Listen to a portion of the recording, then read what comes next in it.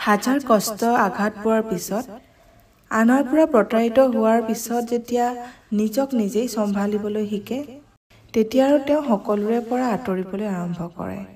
ওচৰৰ মানুহখিনিৰ পৰা, বিশৃংখলতা ভৰা জীৱনৰ পৰা, ভিৰৰ পৰা। কথা পাতিবলৈ মন নোযোৱা হৈ পৰে, আনক বুজিবলৈ ইচ্ছা নোহোৱা হৈ পৰে। ভুল ভাঙিবলৈ, আনৰ মিছা কথাবোৰ শুনি থাকিবলৈ, আনৰ অজুহাতত বা অৱহেলা সহ্য কৰিবলৈ ইচ্ছা নোহোৱা হৈ পৰে। য'ত আঘাত পাইছে, তালৈ আকৌ ঘূৰি যাবলৈ নিবিচাৰে। বিশ্বাস, ভৰসা পুনৰ গঢ়ি তুলিব নিবিচাৰে। আমাৰ মনৰ সকলো অনুভৱ আনক বুজাবলৈ প্ৰয়োজন নাই। আৰু সদায় সকলো সময়তে মনৰ প্ৰতিটো কথা আনক কোৱাটো প্ৰয়োজনীয় নহয়। কেতিয়াবা মানুহে নিজকে অকলশৰীয়া অনুভৱ কৰে, অসহায় অনুভৱ কৰে। সকলো থকাৰ পিছতো নিজৰ মাজতে শূন্য অনুভৱ কৰে। এনে অনুভৱবোৰ বুজাব নোৱাৰি। কাৰণ যিসকলৰ এইবোৰ বুজিব পৰা ক্ষমতা নাই, সেইসকলক বুজাবলৈ গৈ সময় খৰচ কৰি একো লাভ নাই। প্ৰতিজন মানুহে বিচাৰে কোনোবাই তেওঁৰ মনৰ অনুভৱবোৰক অনুভৱ কৰক। কিন্তু যেতিয়া ভবামতে নহয়, তেতিয়াই মানুহে নিজকে মৌনতাৰ দোলেৰে মেৰিয়াই লয়। আৰু এই মৌনতাৰ ভাষাটোৱে পৃথিৱীৰ আটাইতকৈ কঠিন ভাষা, যিটো সকলোৱে বুজিব নোৱাৰে। আমাৰ প্ৰত্যেকৰে জীৱনটো একোটা অজ্ঞাত পথ, বহুৰঙী কাহিনী, অনিশ্চিত পূৰ্ণতাৰে ভৰা।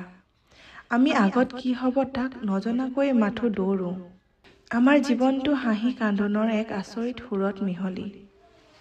কেতিয়াবা জয়, কেতিয়াবা পৰাজয়, কেতিয়াবা উত্তেজনা, কেতিয়াবা হতাশা চলি থাকে অবিৰত গতিৰে। আমি বৰ্তমান এনে এটা সময়ত বাস কৰি আছো, য'ত কাৰোবাৰ বাবে নিজৰ জীৱনটো যদি উচৰ্গা কৰি দিওঁ, তেতিয়াও কিন্তু তেওঁলোকৰ বাবে আপোনাৰ কোনো মূল্য নাই। এটা কথা মনত ৰাখিব, মানুহৰ লগত ভাল হোৱাটো ইমান সহজ নহয়। আপুনি যিয়ে নকৰক কিয়, কেতিয়াও তেওঁৰ ওচৰৰ বুলি নাভাবে। আৰু আপোনাৰ প্ৰতি হৃদয়ৰ পৰা তেওঁৰ কোনো সহানুভূতি বা প্ৰেম নাথাকে। মাথো আপোনাক ব্যৱহাৰৰ বাবে মুখেৰে ভাল হৈ থাকে। কোনোবাই আপোনাৰ লগত প্ৰতাৰণা কৰিছে, আপোনাৰ লগত অন্যায় কৰিছে।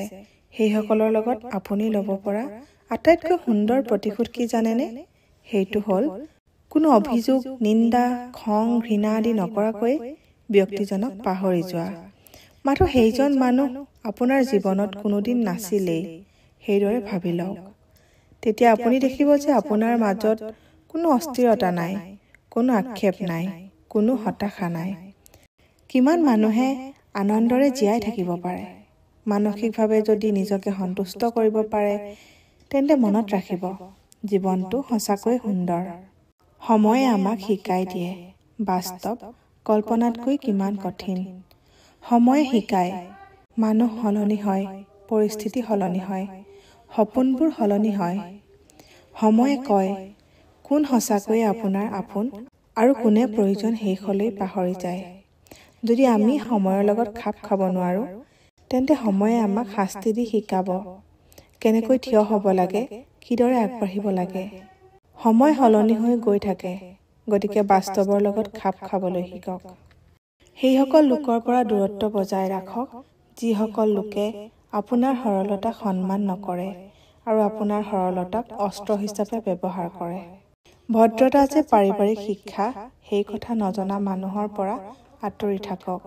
যিসকলে আপোনাৰ সন্মানৰ গুৰুত্ব বুজি নাপায়, কাৰ বিষয়ে ক'ত আৰু কিমান ক'ব সেইটো বুজি নাপায়, সেইসকল লোকৰ পৰা দূৰত্ব বজাই ৰাখক। কেতিয়াও নিজৰ চাৰিওফালে অপ্ৰয়োজনীয় জাবৰ জোথৰ গজিবলৈ নিদিব, লাগিলে অকলেই থাকিব। ধৈৰ্য ধৰিব জনাটো ইমান সহজ নহয়। ধৈৰ্য মানে কান্দোন, ধৈৰ্য মানে নিসংগতা, ধৈৰ্য মানে অপমান হজম কৰিব পৰা, হাঁহিৰে চকুৰ চকুলো ঢাকি ৰখা।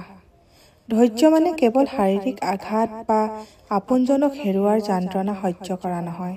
আখৰিক হাঁহি, ঠাট্টা মস্কৰা কৰা শব্দবোৰকো প্ৰতিদিনে মনৰ মাজত চেপি ধৰি ৰখাটোহে হৈছে ধৈৰ্য।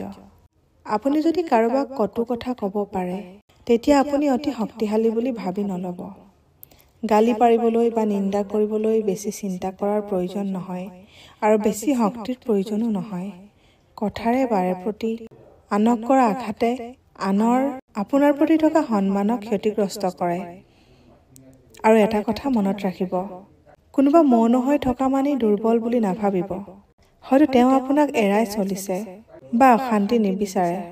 এটা কথা জানি ল'ব, মৌন হৈ থাকিবলৈ বহুত শক্তি লাগে, যিটো সকলোৰে মাজত নাই।